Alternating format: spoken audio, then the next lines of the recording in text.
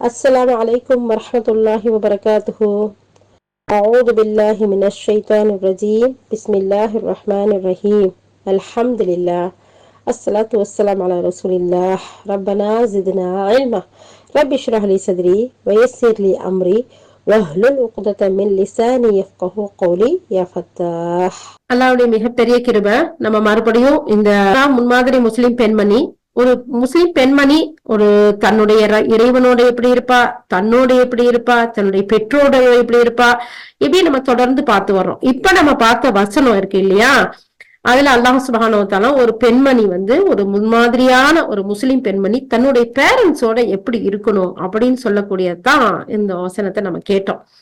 நம்ம உபதேசம் செய்யறோம். அதாவது ஒரு மனிதனுக்கு ஆணா இருந்தாலும் சரி, பெண்ணா இருந்தாலும் சரி, நம்ம இப்ப பெண்களைத்தான் நம்ம இந்த இடத்துல நம்ம எடுத்துக்கிட்டு இருக்கோம்.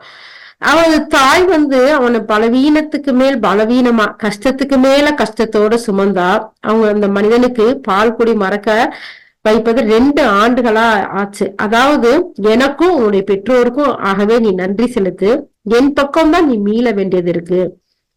உனக்கு அறிவில்லாத ஒன்றை எனக்கு நீ இணையாக்குவதற்கு அவங்க உன்னை சிரமப்படுத்தினாலே தவிர அதற்கு நீ உன் மீது அவர்கள் மீது முழு முயற்சி செய்தால் அந்த 2 பேருக்கும் நீ கீழ்ப்படிய வேணாம். ஆனா உலக விஷயத்துல அந்த 2 பேருக்கும் நல்ல முறையில பழகு. என் பக்கம் திரும்பியவர்கள் பாதையை நீ பின்பற்று, பிறகு என் பக்கம்தான் உங்கள் அனைவருடைய மீளுதலும் இருக்கின்றது. நீங்கள் செய்து கொண்டிருந்ததை நான் உங்களுக்கு அறிவிப்பேன். அல்லாஹாலா 31வது அத்தியாயத்துல 14வது வசனம் 15வது வசனத்துல சொன்னா, அதைத்தான் நம்ம இப்ப ஓதி கேட்டோம். சுப்ஹானல்லாஹ். ஒரு முஸ்லிம் பெண்மணி தன்னுடைய பெற்றோரோட எப்படியா நடந்துக்கணும், எப்படிப்பட்ட நன்மைகளை எல்லாம் அவங்களுக்கு செய்யணும் அப்படிங்கறத அல்லாஹாலா சொல்றான். அல்லாஹ் ஒருவனையே வணங்குங்க, அவனுக்கு எதையுமே இணையாக்காதீங்க, தாய் தந்தையருக்கு நன்மை செய்யுங்க. 4வது அத்தியாயத்துல 36வது வசனத்துல அல்லாஹாலா சொல்றான். அதே மாதிரி நபியே, உமது இறைவன் தன்னை தவிர வேற யாரையும் வணங்கக்கூடாதுன்னு கட்டளையிட்டு இருக்கிறான். அதுக்கு அடுத்து தாய் தந்தையருக்கு நன்மை செய்யும்படி கட்டளையிட்டு இருக்கிறான். மூட இருக்கக்கூடிய அவர்கள் ஒருவரோ அல்லது இருவருமோ முதுமையை அடைஞ்சிட்டா அவங்கள சீ அப்படின்ட்டு ஒரு வார்த்தை கூட சொல்ல வேணாம். இன்னும் அவங்கள நீங்க விரட்ட வேண்டாம். அவங்கள்ட்ட நீங்க எதை சொன்னாலும் சரி மரியாதையா அன்பா பேசுங்க. 17வது அத்தியாயம் 23வது வசனத்துல அல்லாஹ் தஆலா சொல்றான். அப்ப அவர்களுக்கு ரொம்ப அன்போட பணிஞ்சு நடங்க. மேலும் என் இறைவனே, நான் குழந்தையா இருந்தப்போ என்னை அன்பாக அவங்க பேணி வளர்த்தாங்க பாத்தீங்களா, அது மாதிரி நீயும் அந்த 2 பேருக்கும் அன்பையும் அருளையும் நீ புரிவாயாக யா அல்லாஹ்னு உங்களுடைய தாய் தந்தையருக்காக நீங்க பிரார்த்தனை செய்யுங்க. 17வது அத்தியாயம் 24வது வசனம் அல்லாஹ் தஆலா சொல்றான். அதை தொடர்ந்து அல்லாஹ் சொல்றான், தாய் தந்தைக்கு நன்றி செய்யும்படி நம் மனிதனுக்கு நல்ல உபதேசம் செஞ்சிருக்கோம். 29வது அத்தியாயம் 8வது வசனம். அதை தொடர்ந்து அல்லாஹ் தஆலா சொல்றான், மனிதன் தன்னுடைய தாய் தந்தைக்கு நன்றி செலுத்தும்படி நம்ம சொல்லி இருக்கிறோம், அவனுக்கு நல்ல உபதேசம் செஞ்சிருக்கோம். அவனுடைய தாய் சிரமத்தோடனே அவளை கர்ப்பத்துல சுமந்தா, சிரமத்தோடனே அவளை ஈன்றெடுத்தா, அவன் கர்ப்பத்துல இருந்து அவன் பால் குடி மறக்கிற வரைக்கும் 30 மாசங்கள் சிரமத்தோடு அவனை சுமந்து அவனை வாலிபமாக்குனா. அந்த மனிதன் வாலிபமாகி 40 வயது அடைஞ்சிட்டா, என் இறைவனே, நீ என் மீது என் தாய் தந்தை என் மீது புரிஞ்ச அருளுக்காக உனக்கு நான் நன்றி செலுத்துகிறேன். உனது திருப்தி அடையக்கூடிய நல்ல செயல்களை செய்யும்படி நல்லறிவை நீ எனக்கு தந்தருள்வாயாக. எனக்கு உதவியாக இருக்கும்படி என் குடும்பத்தை நீ சீர்திருத்தி வை.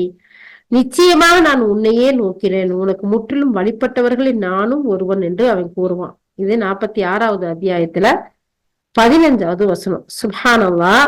அல்லாஹ் தஆலா இவ்வளவு விஷயத்தையும் எதுக்காக சொல்லி காட்டுறான்னு சொன்னா, ஒரு முஸ்லிம் பெண்மணி தன்னுடைய தாய் தந்தையோட எந்த அளவுக்கு இரக்கத்தோட இருக்கணும், அவங்களோட எவ்வளவு பாசத்தோட நம்ம நடந்துக்கணும், அவங்கள ஒருவரையோ 2 பேரையோ நம்ம அடைந்து கண்டா நம்ம கூட இருக்கக்கூடிய பாக்கியம் நமக்கு அல்லாஹ் தஆலா கொடுத்திருந்தா அவங்கள சீன்னு கூட சொல்லக்கூடாது, அவங்கள விரட்டக்கூடாது, அவங்களோட மரியாதையா பேசணும், அவங்களோட அன்பா நடந்துக்கணுங்கிற ஒரு விஷயத்தையெல்லாம் அல்லாஹ் தஆலா இங்க நமக்கு சொல்லி காட்டுறான்.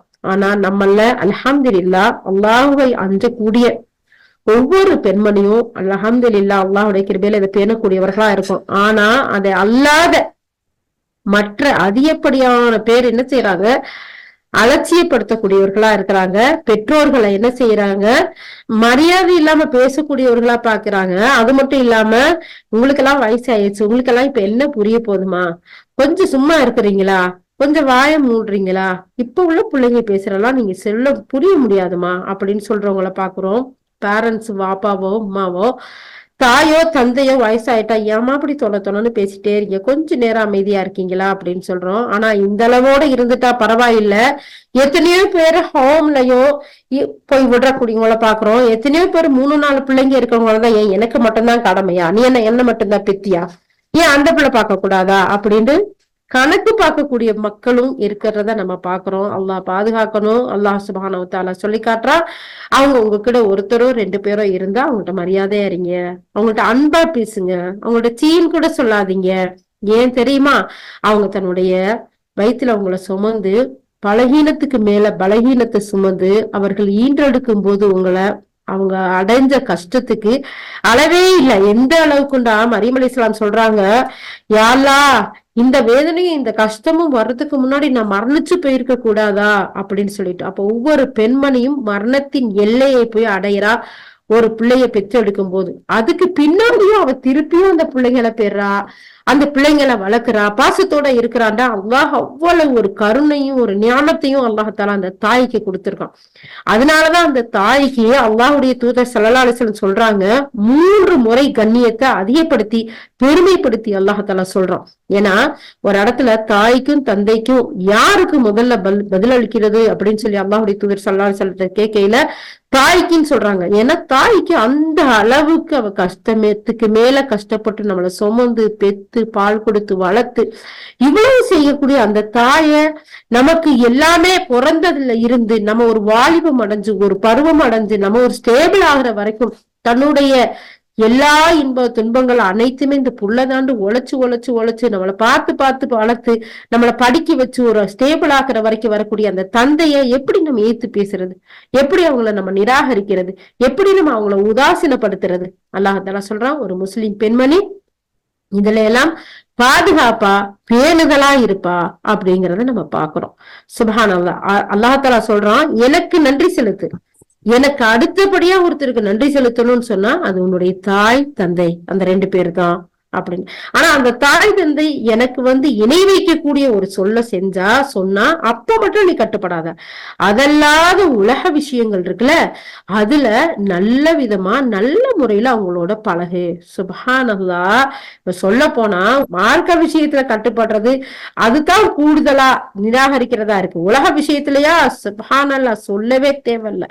அந்த அளவுக்கு அத்துமீறல் எல்லாம் பாக்குறோம். அல்லாஹ் பாதுகாக்கணும். அல்லாஹ் தஆலா இங்க சொல்றான், முஸ்லிம் பெண்மணியா இருக்கக்கூடியவர் அவ அழகான முறையில தன்னுடைய தாய் தந்தையருக்கு கட்டுப்பட்டு நடப்பா, அவங்களுக்கு பணிவிடை செய்வா, அவங்கள உதாசீனப்படுத்த மாட்டா, அவங்களோட அன்போட கருணையோட நடப்பா அப்படின்னு சொல்றாங்க.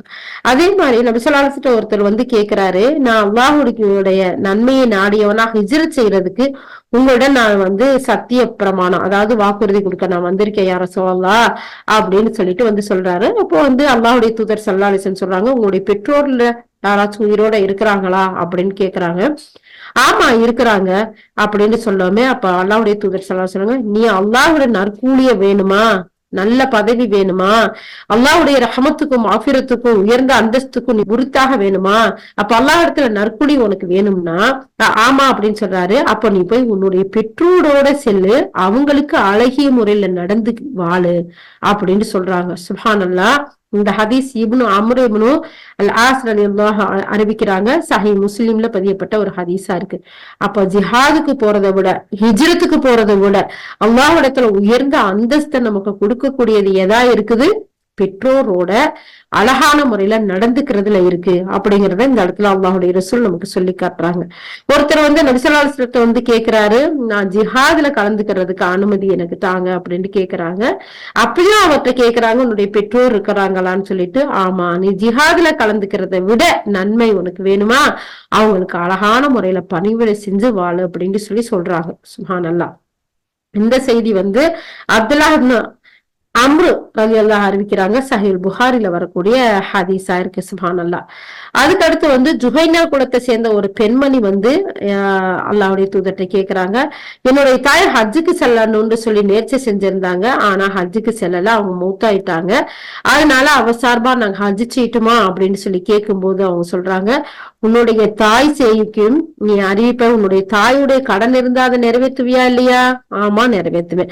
அப்ப அல்லாஹ்வுடைய கடனை நிறைவேற்றுங்க அப்படின்னு சொல்லி சொல்றாங்க. அப்போ நம்மளுடைய தாய் தந்தை மரணிச்சிட்டாலும் சரி, அவங்க கடமையான ஒரு விஷயங்களை விட்டுட்டு போயிருந்தா அதையும் நம்ம நிறைவேற்றக்கூடிய, மௌத்தாயிட்டாங்களே இனிமேல் என்ன இருக்கு அப்படின்னு சொல்லி அலட்சியமா இருக்கக்கூடாது, இருக்க முடியாது. அதை நிறைவேற்றுவது நமக்கு அல்லாஹ்விடத்துல மிகப்பெரிய பொருத்தத்தை பெற்றுக் கொடுக்கக்கூடியதா இருக்கு. இதை இப்னு அப்பாஸ் எல்லாம் அறிவிக்கிறாங்க. சஹீஹுல் புகாரில இருக்கு. அப்ப நிச்சயமா ஒரு பெண் ரசூல் ஸல்லல்லாஹு அலைஹி வஸல்லம் வர்றாங்க. மேலும் அவ சொல்றா, நிச்சயமா என்னுடைய தாயின் மீது 1 மாதம் நோன்பு மீதம் உள்ள நிலையில அவ மரணம் அடைஞ்சிட்டா. அவள் சார்பா நம்ம நோக்கலாமா அப்படின்னு சொல்லி கேட்டதுக்கு இதேதான் அல்லாஹ்வுடைய ரசூல் சொல்றாங்க, உன்னுடைய தாயின் மீது கடை இருந்தா அதை நிறைவேற்றீங்களா இல்லையா? அது மாதிரி அல்லாஹ்வுடைய கடனை அதுதான் முதல்ல நிறைவேற்ற தகுதியானது, நீங்க அதை நிறைவேற்றுங்கன்னு சொல்றாங்க. இப்னு அப்பாஸ் ரலியல்லாஹு அறிவிக்கக்கூடிய ஹதீஸ் சஹீஹ் முஸ்லிம்ல. சோ அப்ப தாய் தந்தையோட நாம எப்படி நல்லுறவா நடந்துக்கணும், அவங்களோட சீனு கூட ஒரு வார்த்தை சொல்லக்கூடாது, அவங்களோட பரிவோடைய அன்போட இருக்கணும், அவங்களுடைய விட்டு சென்ற அவங்களுடைய கடமைகளை கூட அவங்க மறந்துச்சுட்டா, பரவான கடமைகளை அவங்க விட்டுட்டு சென்றிருந்தா அதையும் நம்ம நிறைவேற்றணும். இப்ப அந்த அளவுக்கு ஒரு தாய் தகப்பனுக்கு மேல பிள்ளைங்களுக்கு கடமைகள் இருக்கு. அதுலயும் பெண் பிள்ளையா இருக்கிறவங்க எந்த அளவுக்கு பேணுதலாவும் பக்குவமாவும் இருக்கணும் அப்படிங்கறத இந்த ஹதீஸ், இந்த குர்ஆன் வசனத்தின் மூலம் நம்ம தெரிஞ்சுக்கிட்டோம். சுப்ஹானல்லாஹ். யா அல்லாஹ், எங்களுக்கு இந்த ஒரு வாய்ப்பை, தாய் தகப்பனோட இருக்கக்கூடிய ஒரு வாய்ப்பை நீ கொடுத்தால் யா அல்லாஹ், இந்த ஒவ்வொரு சட்டங்களையும் ஒவ்வொரு நன்மைகளையும் பேணி நடக்கக்கூடியவர்களாக எங்கள் அனைவருக்கும் நீ ஆக்கி வைப்பாயாக யா அல்லாஹ். நாங்கெல்லாம் எங்கெங்கயோ இருக்கோம், பெற்றோர்கள் இருந்தோ பக்கத்துல இருந்து கவனிக்க முடியல. உண்மையிலேயே சகோதரிகளே, உங்கள எத்தனை பேர் பெற்றோர்களோட இருக்கக்கூடிய அல்லாஹ்தால பாக்கியத்தை கொடுத்திருக்கான்னு தெரியல. சோ பெற்றோர்களை அடைய பெற்றவங்க நீங்க என்ன செய்யுங்க, அவங்களுக்கு அழகிய முறையில அழகான நல்ல அமல்கள் செய்யக்கூடியவர்களா, அவங்களோட இறக்கமா பேசக்கூடியவர்களா, அவங்களுடைய அன்பையும் உங்களுடைய துவாவை வாங்கக்கூடிய மக்களா நாம இருக்கணுங்கிறது இந்த குர்ஆன்ல இருந்தும், இந்த குர்ஆன் வசனத்துல இருந்து, இந்த ஹதீஸ்ல இருந்தும் நமக்கு நிறைய தெரிகிற விஷயத்த பார்க்கலாம். அதே மாதிரி அதுக்கு அடுத்து சொல்றாங்க, பெற்றோருக்கு நன்மை செய்வா, முஸ்லீம் அல்லாம இருந்தாலும் சரி. இப்போ நாம இஸ்லாத்துல இருந்து மற்ற மதத்துல இருக்கோம், மற்ற சமயத்துல இருக்கோம். நாம இந்த இஸ்லாத்தை படிச்சு இந்த இஸ்லாத்துக்கு வந்துட்டோம். ஆனா நம்மளுடைய பேரண்ட்ஸ் இன்னும் இஸ்லாத்துக்கு வரல அப்படின்னு இருந்தாலும் அவங்களோட இறக்கத்தோடையும் அவங்களுக்கு செய்ய வேண்டிய எல்லா உதவிகளையும் நம்ம செய்யக்கூடியவர்களா இருக்கணும் அப்படிங்கறதுதான் நபி ஸல்லல்லாஹு அலைஹி வஸல்லம் சொல்றாங்க. ஏன்னா நபி ஸல்லல்லாஹு அலைஹி வஸல்லம் காலத்துல எனது தாய் இணை வைத்தவளா இருக்கிற நிலையில என்கிட்ட வந்தார். நபி ஸல்லல்லாஹு அலைஹி வஸல்லம் அவங்கள்ட்ட நான் சட்டம் கேட்டேன். அவள் என்னிடம் உள்ள செல்வத்தை ஆசைப்பட்டவளா வந்திருக்கா, நான் அவளோட எப்படி இருக்கணும், நான் கொடுத்து உதவலாமான்னு நபி ஸல்லல்லாஹு அலைஹி வஸல்லம் கேட்டேன். ஆமா, அவனுடைய தாய்க்கு நீ கொடுத்து உதவு அப்படின்னு சொல்லிட்டு சொன்னாங்க. இது அஸ்மா பின்த் அபீபக்கர் ரலியல்லாஹு அதாவது அஸ்மா ரலியல்லாஹு அறிவிக்கிறாங்க. சஹீஹுல் புகாரி, சஹீஹுல் முஸ்லிம்ல இருக்கக்கூடிய ஹதீஸா இருக்கு. சோ அப்ப இஸ்லாத்துல அவங்க இல்லாம இருந்தாலும் அவங்களுக்கு செய்ய வேண்டிய எல்லா காரியங்களையும் நம்ம செய்யக்கூடியவர்களா இருக்கணும் அப்படிங்கறது இதுல இருந்து தெரியுது. அதே மாதிரி பெற்றோருக்கு மாறு செய்ய பயப்படுவா. பெற்றோர் ஒரு விஷயத்த ஏவுனா அவங்களுக்கு செஞ்சா அவங்களுக்கு அழகான முறையில நம்ம செய்யணும், மாறு செய்யக்கூடாது. நபி ஸல்லல்லாஹு அலைஹி வஸல்லம் சொல்றாங்க, பெரும் பாவங்கள்ல மிகப்பெரியதை நான் உங்களுக்கு அறிவிச்சு தரட்டுமா அப்படின்ட்டு சொல்றாங்க. அத இப்படி கேட்டுட்டு 3 தடவை திருப்பி திருப்பி கேக்குறாங்க. கேட்டுட்டு ஆமாலாம் அப்படி தூதரே நீங்க அறிவிச்சுத்தாங்கன்னு தோழர்கள் எல்லாம் கேட்ட போது நபி ஸல்லல்லாஹு அலைஹி வஸல்லம் சொல்றாங்க, அல்லாஹ்வுக்கு இணை வைப்பது பெற்றோருக்கு மாறு செய்வது. அல்லாஹ்வுக்கு இணை வைக்கிறது எப்படி பெரும் பாவமா இருக்கோ அது மாதிரி பெற்றோருக்கு மாறு செய்வது மிகப்பெரிய பாவமா இருக்கு. அல்லாஹ் தஆலா முன்னாடி சொல்லி காட்டினா இல்லையா, உங்களை வயிற்றுல சுமந்த காலத்துல இருந்து, பெற்றெடுத்த காலத்துல இருந்து உங்களை வளர்த்து வாலிபமாக்கி உங்களை ஒரு அழகான ஒரு நிலைமைக்கு கொண்டு வர வரைக்கும் தாயும் தந்தையும் எவ்வளவு அழகா உங்களுக்கு பார்த்து பார்த்து சாப்பாடு கொடுக்குறாங்க, உங்களை அழகா குளிக்க வைக்கிறாங்க, உங்களுக்கு ட்ரெஸ் பண்றாங்க, உங்களுக்கு கல்வியை தேடி தர்றாங்க, உங்களுக்கு நல்ல பழக்க வழக்கங்களை சொல்லி தர்றாங்க, நல்ல நல்ல ஒரு அழகான பிள்ளையா, அல்லாவுக்கு பொருத்தமான அடியாரா ஈமான கொடுத்து கல்வியை கொடுத்து உங்களை ஆரோக்கியத்தை பேணி எவ்வளவு பாக்குறாங்க. அப்படி இருக்க பெற்றோரு உங்களுக்கு வாழ்க்கை துணையை தேடி கொடுக்க மாட்டாங்களா? கொடுப்பாங்க தானே. உங்களை எப்படி பெத்து வளர்த்தாங்க, ஒவ்வொரு நேரத்துலயும் அக்கறையோட இருந்தாங்க. ஆனா எத்தனையோ பிள்ளைங்க படிச்சு வெளியில போய் கொஞ்சம் நல்ல நிலைமைக்கு வந்ததும் இல்ல அப்படின்னு சொல்லிட்டு தன்னுடைய உணர்வுகளை மதிக்கணும் தான். அத அழகான முறையில பெற்றோர்கிட்ட சொல்லலாம். நான் இந்த மாதிரி இந்த ஆண் எனக்கு விருப்பமா இருக்கு, இல்ல இந்த பெண் எனக்கு விருப்பமா இருக்கு. அப்ப அந்த பேரண்ட்ஸோட அனுமதியோட அந்த பேரண்ட்ஸோட சம்மதத்தோட நம்ம செய்யக்கூடிய ஒரு வாய்ப்பு இருந்தா செய்யணும். அப்படி இல்லையா பெற்றோருக்கு மாறு செய்யவே கூடாது. எத்தனை பிள்ளைங்க பெற்றோர்களுடைய மானம் மரியாதை அவங்களுடைய அந்தஸ்து எதையுமே பார்க்காம அவங்களுடைய மனோ இச்சைக்கு கட்டுப்பட்டு அந்த பெற்றோருக்கு மாறு செஞ்சு அந்த பிள்ளைகளை அந்த பெற்றோர்களை விட்டு போற பிள்ளைங்களை பாக்குறோம். அல்லாஹ் பாதுகாக்கணும், அல்லாஹ் பாதுகாக்கணும். பெற்றோருக்கு மாறு செய்யறதுங்கிறது அல்லாஹ்வுக்கு இணை வைக்கிறது எவ்வளவு பெரிய குற்றமோ அதே மாதிரி பெற்றோருக்கு மாறு செய்யறது மிகப்பெரிய குற்றம். சோ நாம ஒருத்தரை விரும்புனா நமக்கு ஒரு பக்கம் ஆசையா இருந்தா நம்மளுடைய பெற்றோர்கிட்ட சொல்லணும். அவங்க எவ்வளவு அழகா நம்மள 25 வருஷம் வரைக்கும் 20 வருஷம் வரைக்கும் நம்மளை வளர்த்து ஆளாக்குனாங்க. கிட்டத்தையே எங்க ஊர் பக்கத்துல ஒரு ஊர் இருக்கு, நெல்லையும் கல்லையும் ஊத்தி அப்படியே கொண்டு போச்சிருவாங்க. இதாச்சும் இந்த காலத்துல நபிசல்லாஹு காலத்துல எப்படி இருந்துச்சு? பெண் பிள்ளையா இருந்தா பெற்றதுமே குழிய தோண்டி புதைச்சிருவாங்க. பெண் பிள்ளை பிறந்திருக்குன்னு சொல்லி கேட்டாவே முகமெல்லாம் கருத்து போய் முன்வாசல் பக்கம் வரமாட்டாங்க, மக்களை விட்டு மறைஞ்சு வாழ்வாங்க. பொம்பளை பிள்ளையா பிறந்திருக்கு. அப்படிப்பட்ட காலத்துல இப்ப அப்படிலாம் பெண் மக்களை அழிச்ச காலத்துல இன்னைக்கு நம்மளை வளர்த்து நம்மளை ஆளாக்கி நமக்கு உண்றதுக்கு உணவும் உடுக்கிறதுக்கு உடையும் அழகான முறையில வாழ்றதுக்கு கல்வியும் நமக்கு எல்லாம் கொடுத்த நம்மளுடைய தாய்க்கும் நம்மளுடைய தகப்பனுக்கும் நம்மளுக்குடைய வாழ்க்கை துணையை தேர்ந்தெடுத்து கொடுக்க தெரியாதா? சுப்ஹானல்லாஹ். சின்ன வயசுல இருந்து பிள்ளைங்களுக்கு இந்த குர்ஆன் வசனங்களையும் ஹதீஸ்களையும் நம்ம சொல்லி வளர்த்து வந்தோம்னு சொன்னா அவங்க கண்டிப்பா பெற்றோருக்கு மாறு செய்யக்கூடிய பிள்ளைகளா இன்ஷா அல்லாஹ் ஆக மாட்டாங்க ஒரு போதும். அப்படிங்கிறதுக்கு மிகப்பெரிய எடுத்துக்காட்டான வசனம். ஏன்னா அப்படி இல்லாத போது பரவாயில்ல, நம்ம சின்ன வயசுல இருந்து பேரண்ட்ஸ் செய்யக்கூடிய தப்பு ஒரு பக்கம் இருக்கு. புள்ள ஆசைப்படுது, சின்ன ட்ரெஸ்ல இருந்து சாப்பாட்டுல இருந்து கல்வியில இருந்து ஒவ்வொன்னையும் புள்ள ஆசைப்படுது. அப்படியே சொல்லி சொல்லி வளர்க்குறோமா? நமக்கு ஆசை பிள்ளைக்கு மாடர்னா ட்ரெஸ் போடணும்னு, நமக்கு ஆசை புள்ள டான்ஸ் ஆடணும்னு, நமக்கு ஆசை புள்ள மியூசிக் பண்ணணும்னு, நமக்கு ஆசை புள்ள ஸ்கூல்ல விழாலாம் வைக்கிறதுல 4 பேரும் மெச்சணும், அந்த இடத்துல நம்ம புள்ள பெர்ஃபார்மன்ஸ் பண்ணணும்னு சொல்லிட்டு அந்த இடத்துல எல்லாம் புள்ள ஆசைப்படுச்சுன்னு சொல்லிட்டு செஞ்சோம் இல்லையா? அந்த புள்ள என்ன செஞ்சிருச்சு? பெருசானா நான் ஆசைப்படுறேன்ட்டு போயிடுது. சோ அல்லாஹும் அல்லாஹ்வுடைய ரசூலும் நமக்கு கற்றுக் கொடுத்த வரையறைய எங்க நம்ம பேணுறோமோ அந்த குழந்தைகளும் பேணக்கூடியவர்களா இருப்பாங்க.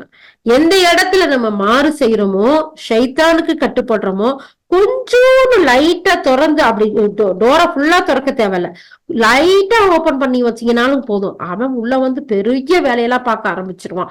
சோ அப்ப அதுக்கு மாதிரியான ஷைத்தானுக்குரிய வழிகள் எல்லாத்தையும் அடைச்சு அல்லாஹ் ரசூலும் நம்ம காட்டிய வழியில நம்ம நடக்கும் போது அல்ஹம்துலில்லாஹ் அல்ஹம்துலில்லாஹ் அல்லாஹ் நம்மையும் நம்முடைய வாரிசுகளையும் பாதுகாக்கக்கூடியவர்களை ஆக்கி வைக்கிறான். அது மட்டும் இல்லாம நம்மளுடைய பிள்ளைகள் அல்லாஹ்வுக்கு மாறு செய்யவும் செய்ய மாட்டாங்க, பெற்றோர்களுக்கு மாறு செய்யவும் மாட்டாங்க. அது அல்லாத போது முதல்ல பெற்றோருக்கு மாறு செய்யற மாதிரி இருக்கும், அடுத்து அல்லாஹுக்கும் மாறு செய்யக்கூடிய பிள்ளைகளா ஆயிருவாங்க. சோ அந்த நிலைமைக்கு நாம கொண்டு போக கூடாதுங்கிறதுக்கும் இந்த குர்ஆன் வசனமும் இந்த ஹதீஸும் நமக்கு மிகப்பெரிய உபதேசமா இருக்குங்கிறத பாக்குறோம். அல்ஹம்துலில்லாஹ். அதுக்கடுத்து இதுல கொடுக்கக்கூடிய தலைப்பு என்ன? முதல்ல தாய்க்கும் பிறகு தந்தைக்கும் நன்மை செய்வா. அல்லாஹ்வுடைய தூதர் ஸல்லல்லாஹு அலைஹி வஸல்லம் அவங்கள்ட்ட ஒருத்தர் கேக்குறாரு, அல்லாஹ்வுடைய தூதரே, நான் அழகிய முறையில பழகுறதுக்கு மக்கள்ல யார் அதிகம் உரிமை பெற்றவர் அப்படின்னு சொல்லி கேக்குறாங்க. உன்னுடைய தாய், பிறகு உன்னுடைய தாய், பிறகு உன்னுடைய தாய். அப்ப 3 தடவை பிறகு உன்னுடைய தந்தை அப்படின்னு சொல்லி சொல்றாங்க. அபூ ஹுரைரா ரலியல்லாஹு அறிவிக்கக்கூடிய இந்த ஹதீஸ் சஹீஹுல் புகாரில பதியப்பட்டிருக்கு. அப்போ தனது தாய் தந்தைக்கு நன்றி செய்யுமாறு மனுஷனுக்கு நம்ம உபதேசித்தோம். அவன் தாய் துன்பத்திற்கு மேல் துன்பத்தை அனுபவித்து கர்ப்பத்தில் அவனை சுமந்து கொண்டவளாக அலைந்தாள். அல்லாஹு அக்பர். குழந்தை பெற்ற ஒவ்வொரு சகோதரிகளுக்கும் தெரியும், அந்த 10 மாசமும் வயிற்றுல இவ்வளவு பெரிய சுமைய சுமந்துக்கிட்டு, சுப்ஹானல்லாஹ், மத்த சுமையா இருந்தா இறக்கி வச்சிட முடியும், அந்த வயிற்றுல அடிபட்டுறாம நம்ம புரண்டு படுக்கையில கூட கவனமா, ஏன்னா வயிற்றுல இருக்க பிள்ளைக்கு அடிபட்டுருமா, இல்ல பிள்ளைக்கு வலிச்சிருமா, அவ்வளவு நோகாம. அதனாலதான் அல்லாஹால சொல்றான், இந்த அளவுக்கு உன்னை பேணி பாதுகாத்து உன்னுடைய தாய் வளர்த்தாலே அவங்களுக்கு நன்றியோட இருங்கிறத அல்லாஹால சொல்றான். அப்போ அப்படியே தூக்கிக்கிட்ட அலையிறா. பிறகு அந்த குழந்தை பிறந்ததுக்கு பின்னாடி 2 ஆண்டு அந்த பிள்ளைக்கு பால் கொடுக்கறதுக்காக அவன் எவ்வளவு கஷ்டப்படுறா. எதை சாப்பிடணும், எதை சாப்பிடக்கூடாது, நல்லா தூங்கிக்கிட்டு இருப்பா, புள்ள கத்தும், எந்திரிச்சு பாலை கொடுக்கணும். சுப்ஹானல்லாஹ், சொல்லி வேலை இல்லை. பெண்களாகிய நம்ம எல்லாருக்கும் நம்ம அந்த உணர்வுகளை அந்த தாண்டி வந்தவர்களா, அந்த நிலைமைகள்ல நம்ம எல்லாரும் அனுபவித்தவர்களா இருக்கோம். சோ அப்ப அல்லாஹால சொல்ற, ஆகவே நீ எனக்கு நன்றி செலுத்து, உன்னுடைய தாய் தந்தைக்கு நன்றி செலுத்து. முடிவுல நீங்க எல்லாருமே நம்ம கிட்டதான் வந்து சேரணும், நீங்க செஞ்ச எல்லாத்தையும் உங்களுக்கு காட்டுவேன் அப்படின்னு அல்லாஹால சொல்றான். சுப்ஹானல்லாஹ். அப்போ நம்ம என்ன செய்யணும், தாய் தந்தைகளுக்கு ரொம்ப நன்றியோட இருக்கணும். அதுல குறிப்பா தாய் கிட்ட. சுப்ஹானல்லாஹ். அதுக்கு அடுத்து சொல்றாங்க, உசைர் பின் ஜாபிர் ரலியல்லாஹு சொல்றாங்க, நான் யமன் நாட்டுல இருந்து மதீனாவுக்கு வந்த உதவி ராணுவத்தோட ஒரு கூட்டரங்க பார்த்தேன். அதுல உவைஸ் பின் ஆமீர் இருக்கிறாரா அப்படின்னு சொல்லிட்டு உமர் ரலியல்லாஹு கேட்டாங்க. அப்ப உவைஸிடம் வந்தாங்க, வந்து சொல்றாங்க, நீர் தான் உவைஸா, உவைஸ் பின் ஆமீரான்னு கேட்டாங்க. அவரு ஆமான்னு சொல்றாரு. நீங்க கரண் வம்சத்தை சேர்ந்தவரா அப்படின்னு சொல்லி கேக்குறாங்க. ஆமா அப்படின்னு அவர் சொல்லி சொல்றாரு. அப்ப இதுக்கு முன்னாடி உங்களுக்கு வெண்குஷ்டம் இருந்து முழுமையா சுகமடைஞ்சீங்களா அப்படின்னு கேக்குறாங்க உமர் ரலியல்லாஹு. ஆமான்னு சொல்றாரு. அப்ப அதுல ஒரு திரகம் அளவுக்கு உங்களுக்கு மிச்சம் இருக்கா அப்படின்றாங்க. ஆமா, அதுவும் உண்மைதான், ஆமா அப்படின்னு சொல்லாம, உங்கள்ட்ட ஒரு தாய் இருக்கிறாரா அப்படின்றாரு. ஆமான்னு சொல்றாங்க. பிறகு உமர் ரலியல்லாஹு சொல்றாங்க, அல்லாஹ்வுடைய தூதர் ஸல்லல்லாஹு அலைஹி வஸல்லம் கூற நான் கேட்டிருக்கிறேன், யமன் நாட்டை சேர்ந்த ராணுவ கூட்டத்தோட உவைஸ் இப்னு ஆமீர் உங்களோட வருவார். அவர் கரண் வம்சத்துல முராது குடும்பத்தை சேர்ந்தவரா இருப்பார். அவர் வெண்குஷ்டம் இருந்து அதுல இருந்து முழுமையா சுகமடைந்தவரா, ஒரு திரகம் அளவுக்கு இடத்தை தவிர சுகமடைந்தவரா இருப்பாரு. அவருக்கு ஒரு தாய் இருக்கிறார். அவர் அந்த தாய்க்கு நன்மை செய்யக்கூடியவரா இருக்கிறார். அதனால அவர் அல்லாஹ்வுடைய சத்தியமிட்டால் அவருடைய சத்தியத்தை அல்லாஹ் நிறைவேற்றுவான். ஆனால் உங்களால் முடிந்தால் அவர் உமக்காக பாவ மன்னிப்பு தேடும்படி கேட்டுக்கொள்ளுங்க அப்படின்னு சொன்னாங்க. ஆகவே உவைஸே, நீ எனக்காக பாவ மன்னிப்பு தேடுவீராக என்று உமர் ரலியல்லாஹு அவங்கள்ட்ட பாவ மன்னிப்பு கேட்க சொல்லி சொன்னாங்க. சுப்ஹானல்லாஹ். பிறகு நீர் எங்க செல்ல விரும்புறீங்களோ சொல்லுங்க. உமர் ரலியல்லாஹு கேக்குறாங்க. கூபா நகருக்கு அப்படின்னு சொல்றாங்க. அந்த கூபா நகர ஆளுநருக்கு ஒரு கடிதம் எழுதி தரட்டுமா அப்படின்னு சொல்லி உமர் ரலியல்லாஹு கேக்குறாங்க. நோ நோ நோ, எனக்கு தேவையில்லை. நான் சாதாரண ஏழை மக்களோடு சேர்ந்து அவங்களோட நான் இருக்கிறது தான் நான் விரும்புறேன். நான் பெரிய ரெஸ்பெக்டோட உங்களுடைய ஹலீஃபாவுடைய கடிதத்தோட போய் பெரிய தர்பாரையும் ஒரு பெரிய ஒரு கண்ணியத்தை உயர்வை நான் எதிர்பார்க்கல. நான் சாதாரணம், எனக்கு அல்லாஹ் கொடுத்திருக்க உயர்வும் கண்ணியமும் போதுமானது அப்படிங்கிற மாதிரி சொல்றாங்க. சுப்ஹானல்லாஹ். உமர் ரலியல்லாஹு எப்படிப்பட்டவங்க, சிறந்த ஹலீஃபா. அல்லாஹ்வுடைய ரசூல் சொல்றாங்க, அல்லாஹ் என்னை நபியாக தேர்ந்தெடுக்காட்டி உமரை தேர்ந்தெடுத்திருப்பான்னு சொல்றாங்க. அதே அல்லாஹ்வுடைய தூதர் ஸல்லல்லாஹு அலைஹி வஸல்லம் சொல்றாங்க, உமர் ஒரு தெருவுல வந்தா அந்த தெருவுல ஷைத்தான் வரமாட்டான், அடுத்த தெருவுல மாறி போயிருவான் அப்படின்னு சொல்றாங்க. அந்த அளவுக்கு ஈமான்ல உறுதியானவங்க, அல்லாஹ்வை அஞ்சக்கூடியவங்க. அவங்க கிட்ட அல்லாஹ் சுப்ஹானஹு வ தஆலா உடைய தூதராகிய அல்லாஹ், நம்முடைய தூதர் நபி ஸல்லல்லாஹு அலைஹி வஸல்லம் சொல்றாங்க, உமரே, இந்த மாதிரி உவைஸ்ங்கிற ஒரு மனிதர் இங்க வந்தா அவர்கிட்ட உங்களுக்கு பாவ மன்னிப்பு தேட சொல்லுங்க. ஏன்னா அவர் சத்தியமிட்டா அவருடைய சத்தியத்தை அல்லாஹ் நிறைவேற்றுவான். எப்படி அவருக்கு இந்த உயர்வு கிடைச்சிச்சு, எப்படி அவருக்கு அல்லாஹ் இடத்துல இவ்வளவு பெரிய அந்தஸ்து கிடைச்சிச்சு அப்படின்னு சொல்லி பார்த்தா, அவர் தன்னுடைய தாய்க்கு உபகாரம் செய்யக்கூடியவர்களா, தன்னுடைய தாயை கண்ணியத்தோடு பாதுகாக்க கூடியவரா இருக்கிறாரு. சுப்ஹானல்லாஹ். அப்ப தாயும் தந்தையும் அடைய பெற்ற நாம எப்படி இருக்கணும்? அல்லாஹு அக்பர். இது வரைக்கும் நமக்கு அந்த வாய்ப்பை இழந்துட்டோம்னா, இனிமேல் இருக்கிற காலத்துல அழகான முறையில இந்த வாய்ப்பை பேணி நடக்கக்கூடியவர்களா நாம ஒவ்வொருத்தரும் இருக்கணும். அப்படிங்கறதுல பேணுதலா இருக்கணுங்கிறதுல மிகப்பெரிய ஒரு உறுதி எடுக்கணும். இன்ஷா அல்லாஹ். அல்லாஹ் தஆலா அடுத்து சொல்றான், ஒரு பெண்மணி அல்லாஹை நம்பக்கூடிய ஒரு முன்மாதிரியா இருக்கக்கூடிய ஒரு முஸ்லிம் பெண்மணி எப்படி இருப்பா? உண்மை பேசக்கூடியவளா இருப்பா. நபி ஸல்லல்லாஹு அலைஹி வஸல்லம் சொல்றாங்க, நிச்சயமாக உண்மை நன்மையின் பக்கம் வழிகாட்டும், நிச்சயமாக நன்மை சொர்க்கத்தின் பக்கம் வழிகாட்டும். நிச்சயமாக ஒரு மனிதர் உண்மை மட்டுமே பேசிக் கொண்டிருக்கிறார், இறுதியாக அல்லாஹ்விடம் அவர் சித்தீக் உண்மையாளராக ஆகின்றார். நிச்சயமா பொய் பாவத்தின் பக்கம் வழிகாட்டும், நிச்சயமா பாவம் நரகத்தின் பக்கம் வழிகாட்டும். நிச்சயமாக ஒரு மனிதர் எப்போதும் பொய்யை மட்டுமே பேசுகிறார்னா இறுதியில் அவர் அல்லாஹ்விடம் பொய்யராக எழுதப்படுவார். அறிவிப்பாளர் அப்துல்லாஹ் இப்னு மசூத் ரலியல்லாஹு அறிவிக்கிறாங்க, சஹீஹுல் புகாரில பதியப்பட்டிருக்கு. அப்ப பாருங்க, ஒருத்தர் உண்மை பேசக்கூடியவர்களா நம்ம இருக்கும் போது, அதுலயும் குறிப்பாக ஒரு முஸ்லிம் பெண்மணி, ஒரு முன்மாதிரியா இருக்கக்கூடிய ஒரு பெண்மணி உண்மை பேசும்போது அந்த உண்மை நன்மைக்கு வழிகாட்டுது, நன்மை சொர்க்கத்துக்கு வழிகாட்டுது, சொர்க்கம் அல்லாஹ் இடத்துல மிகப்பெரிய தரஜாவை தத்தி கொடுக்குது. அல்லாஹ் கடைசியில உண்மையாளர் ரஸ்வாதிக்குங்கிற ஒரு பட்டத்தை அல்லாஹ் தஆலா கொடுக்குறான்.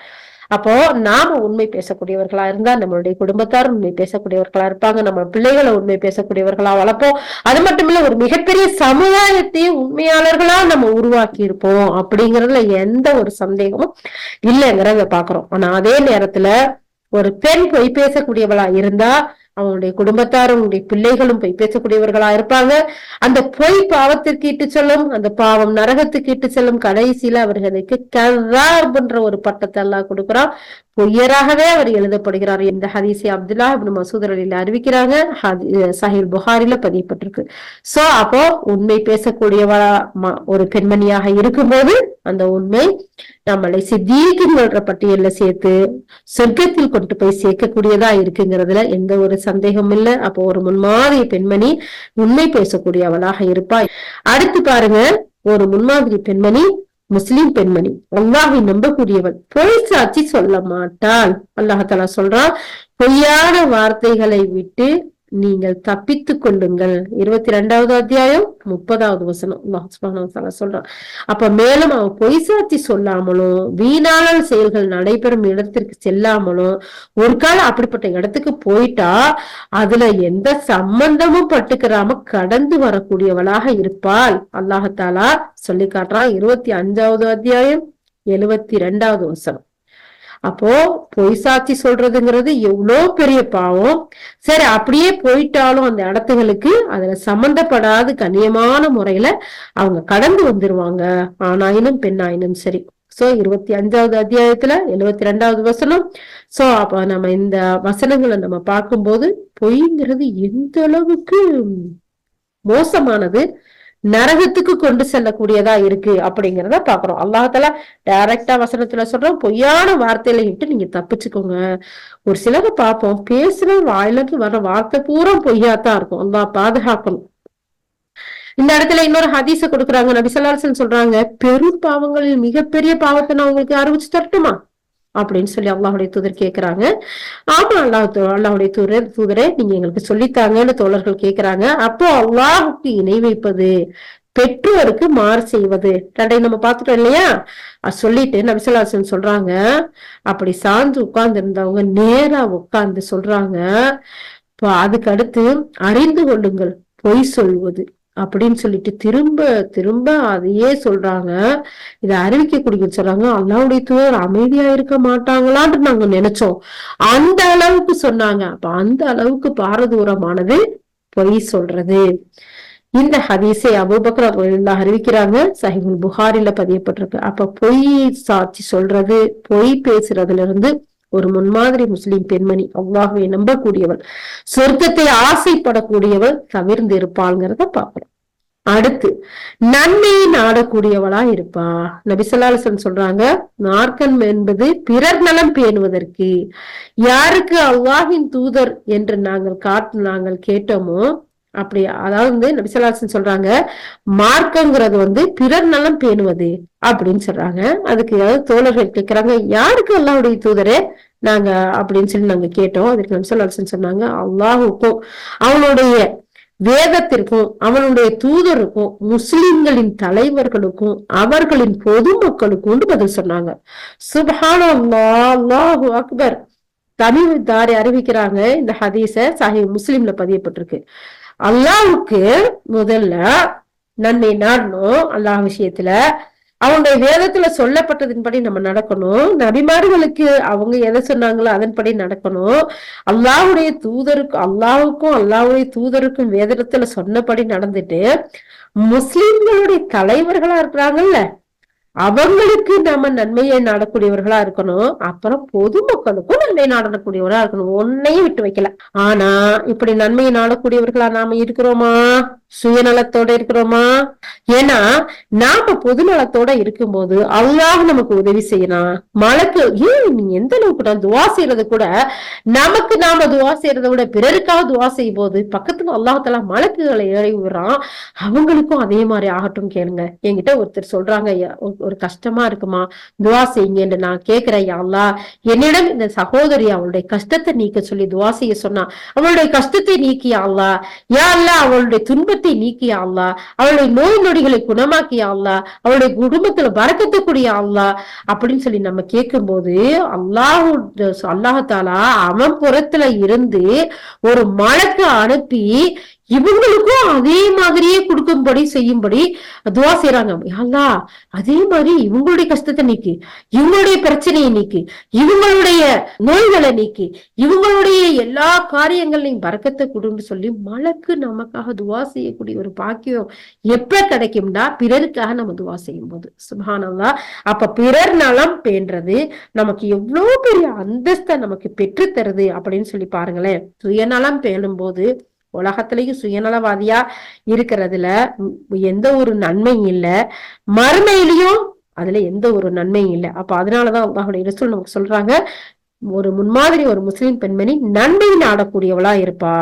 நபி ஸல்லல்லாஹு அலைஹி வஸல்லம் உங்கள்ட்ட தொழுகையை நிலைநிறுத்துவதற்கும் ஜகாத்தை கொடுப்பதற்கும் முஸ்லிம்கள் அனைவருக்கும் நன்மை நாடுவதற்கும் வாக்கு பிரமாணம் செய்தேன் அப்படின்னு சொல்றாங்க. அப்போ எந்த அளவுக்குன்னு சொன்னா அல்லாஹ் இடத்துல அல்லாஹ்வுடைய ரசூல் இடத்துல தொழுகையை நான் தவறாம நிறைவேற்றுவேன், ஜகாத்தை நான் கொடுத்து வருவேன், முஸ்லிம்கள் எல்லாருக்குமே நன்மையை நாடுவதுக்கு நான் நன்மையை நாடுவேன்னு சொல்லிட்டு வாக்குறுதி கொடுத்தாங்களாம். சுப்ஹானல்லாஹ். அதெல்லாம் சின்ன விஷயம் இல்ல. அதாவது ஜரீர் இப்னு அப்துல்லாஹ் இந்த செய்தி சஹீஹுல் புகாரில பதியப்பட்டிருக்கு. அல்லாஹு அக்பர்.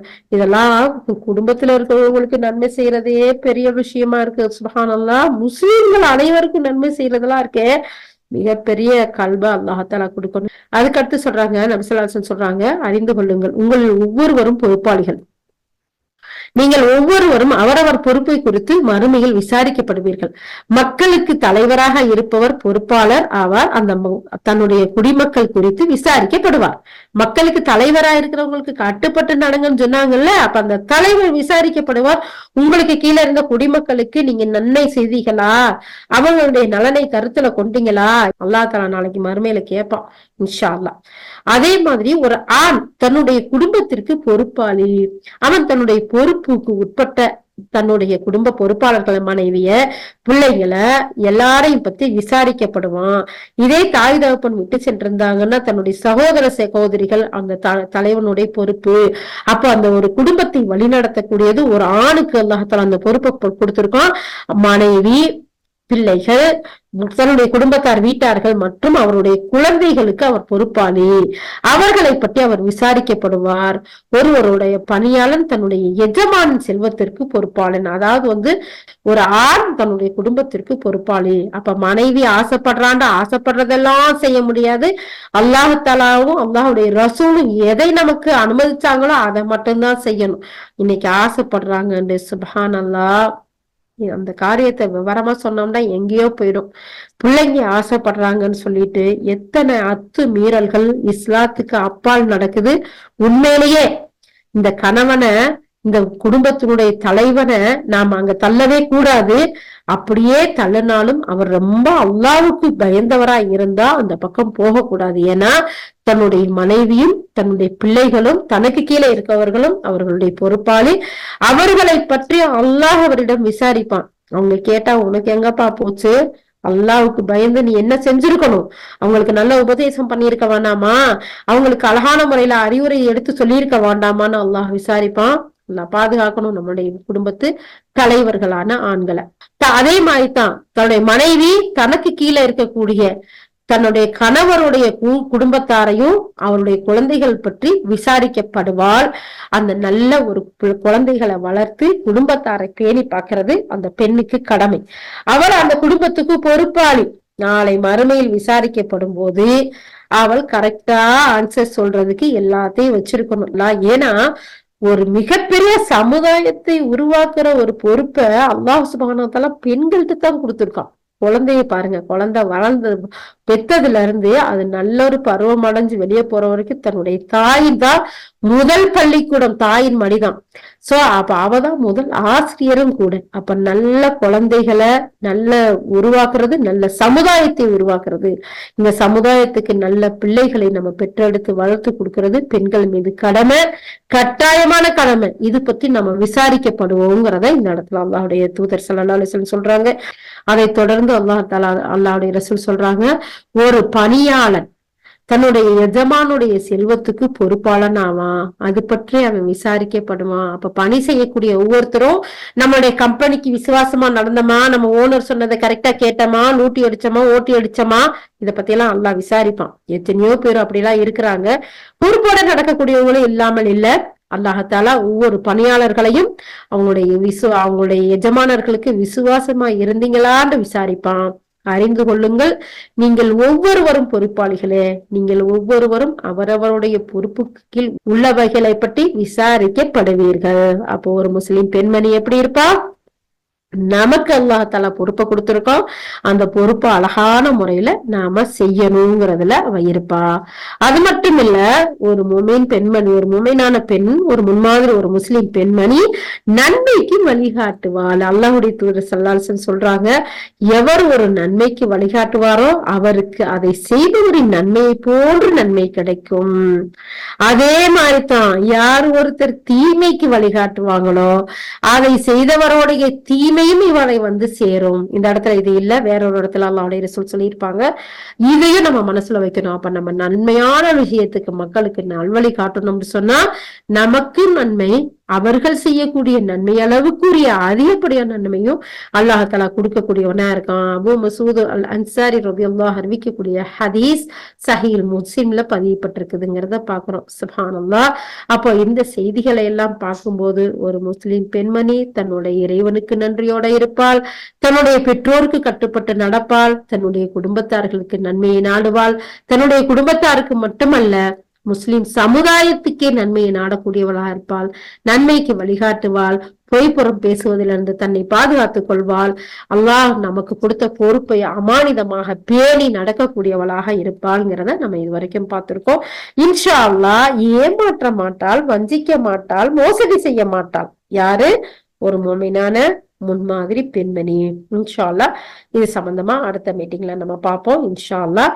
யா அல்லாஹ் கேட்டதன்படி அமல் செய்யக்கூடிய பாக்கியத்தை எங்கள் அனைவருக்கும் தந்தருள்வாயாக. யா அல்லாஹ் நீ எங்கள் மீது புரிந்த அற்கொடைகளுக்கு நன்றி செலுத்தக்கூடியவர்களாகும், நீ பொருந்திக் கொள்ளும் விதத்தில் நன்மைகள் செய்யக்கூடியவர்களாகும் எங்கள் அனைவரையும் ஆக்கி அருள் புரிந்து எங்களை ஒரு அழகான முன்மாதிரி முஸ்லிம் பெண்மணியாக, முஃமினாவாக, சித்திகாக, யா அல்லாஹ் ஷஹாதாக்களுடைய பாக்கியங்களை பெற்றவர்களாக யா அல்லாஹ் எங்கள் அனைவரையும் ஆக்கி அருள் புரிவாயாக. வாஹிர் தாவானா அல்ஹம்துலில்லாஹி ரப்பில் ஆலமீன். சுப்ஹானல்லாஹி வ பிஹம்திஹி, சுப்ஹானக்கல்லாஹும்ம வ பிஹம்திக, நஷ்ஹது அன் லா இலாஹ இல்லா அன்த, நஸ்தக்ஃபிருக வ நத்தூபு இலைக். சுப்ஹான ரப்பிக ரப்பில் இஸ்ஸத்தி அம்மா யசிஃபூன், வஸ்ஸலாமுன் அலல் முர்ஸலீன், வல்ஹம்துலில்லாஹி ரப்பில் ஆலமீன். அஸ்ஸலாமு அலைக்கும் வ ரஹ்மத்துல்லாஹி வ பரகாத்துஹு.